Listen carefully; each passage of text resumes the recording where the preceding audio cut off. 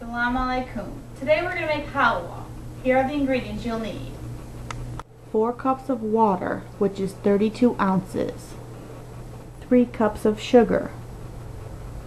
1 cup of light brown sugar. 1 cup of cornstarch. 1 teaspoon of orange food coloring powder. Half a teaspoon of cardamom powder. 1/4 a teaspoon of nutmeg. 1/2 cup of butter or ghee. 1/2 cup of oil. 1/4 cup of peanuts, which are optional. In a bowl, add the cornstarch, the food coloring, and 1 cup of water.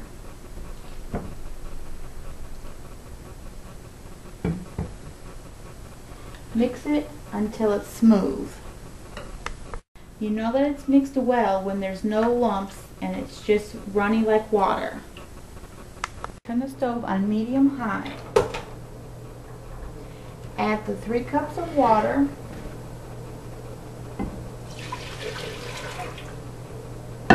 the 3 cups of sugar, and the 1 cup of brown sugar.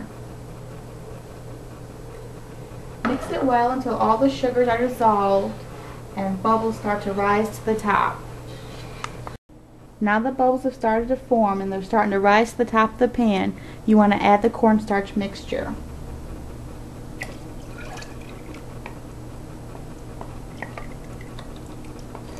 Stir it well. Now that the cornstarch mixture is added, stir it constantly until it starts to thicken. Now that the halwa is starting to thicken, you want to add the oil and stir it for 3 minutes. Stir it well to make sure that the oil gets all the way through the halwa, and then turn it on low. Now that the oil is mixed all the way in, you want to turn the stove on low and stir it every 15 minutes. The halwa is getting very thick now, but leave it sit and only stir it every 15 minutes.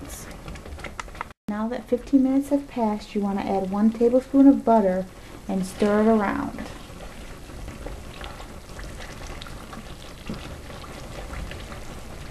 Each time you'll see the halwa getting thicker and thicker.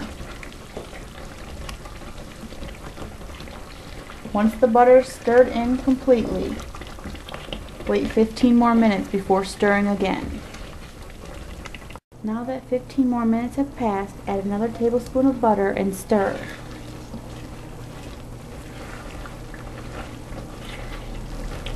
Keep stirring until the butter is completely melted.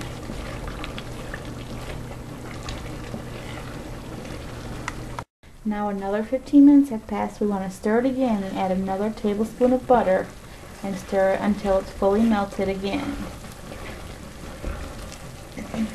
The halwa is starting to come off the side of the pans now as it gets thicker and thicker, but it still needs a while longer to cook. Now that another 15 minutes have passed, you want to add the last of your butter and stir it well again.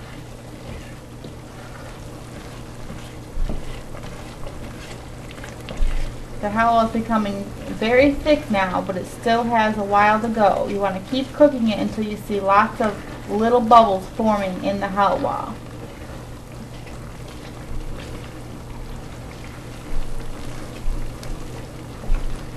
Okay. Now that 15 more minutes have passed, continue to stir the halwa. This time there's no butter to add because we've already added it, so you just want to give it a good stir. And as you can see, there's little bubbles that should be starting to form in the corners, which means it's almost ready to be done. See all these little bubbles? We want almost the whole halwa to look like that. So stir it well, and then wait 15 more minutes. Stir up the halwa again, and see how many of the small bubbles that you see. As you can see, there's quite a few small bubbles all around as you stir it up. This means that the halwa is now ready to be added in the cardamom powder and the nutmeg. You'd also add the peanuts if you're going to add them at this time. I chose not to add the peanuts on this halwa.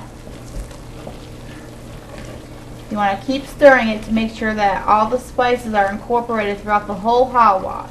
It's very thick, so it's hard to stir, so you want to really make sure you get it stirred through. You want to transfer the halwa into a dish. I use a small dish like this that'll make a thicker halwa.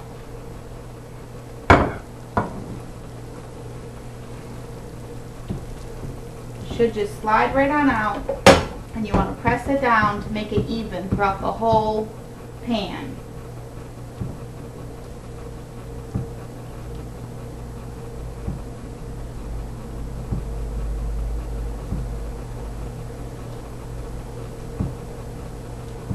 Now that the halwa is completely done, just let it cool. It takes about 3 hours for the halwa to cool. Once it's cool, get a dish, or I use a lid to put it on. You want to put the lid on, flip it upside down, and the halwa should come right out of the dish.